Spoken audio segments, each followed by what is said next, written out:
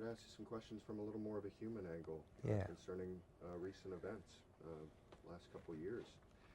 But first, I'd like to ask you, what's the biggest challenge of being a general officer? There are a lot of them. You have to constantly be aware of how you say things and what you say, because people will take just an offhand comment and turn it into a major requirement. So you have to be very calm about how you approach various things. And I'm an emotional guy, so that gets me into trouble sometimes. You know, I get passionate about what I do and people think I'm going crazy at times, but really it's just part of your personality.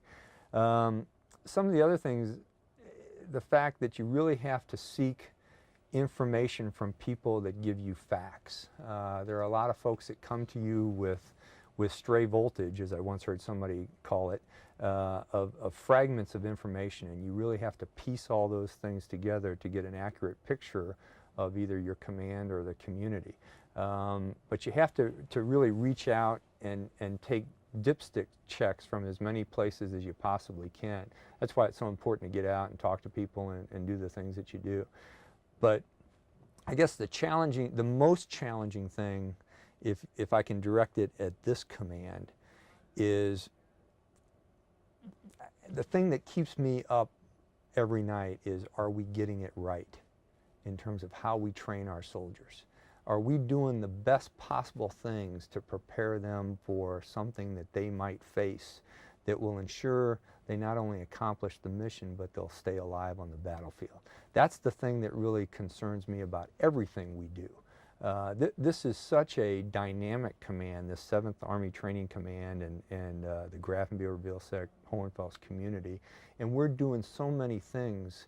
Early in January we did an exercise helping CTAF prepare for Afghanistan. Just last week we finished an exercise helping the 40th Infantry Division out of California prepare for Kosovo. Next week we're getting the 1st Armored Division in here preparing to go back to Iraq. I mean, you've got all these different types of conflict, and it's a worldwide campaign on terrorism, but each one of them have their little nuances and their little idiosyncrasies that you have to get just right so that our soldiers and leaders are best prepared for the things they might face. And if we get something wrong, it's not like a business where you can write it off or you lose a little bit of money. If we get something wrong, we're really gambling with America's treasures, with America's sons and daughters. So we've got to work very hard to get it right. I hope that doesn't sound preachy, but it's the thing that really drives our trainers to make sure we get it right.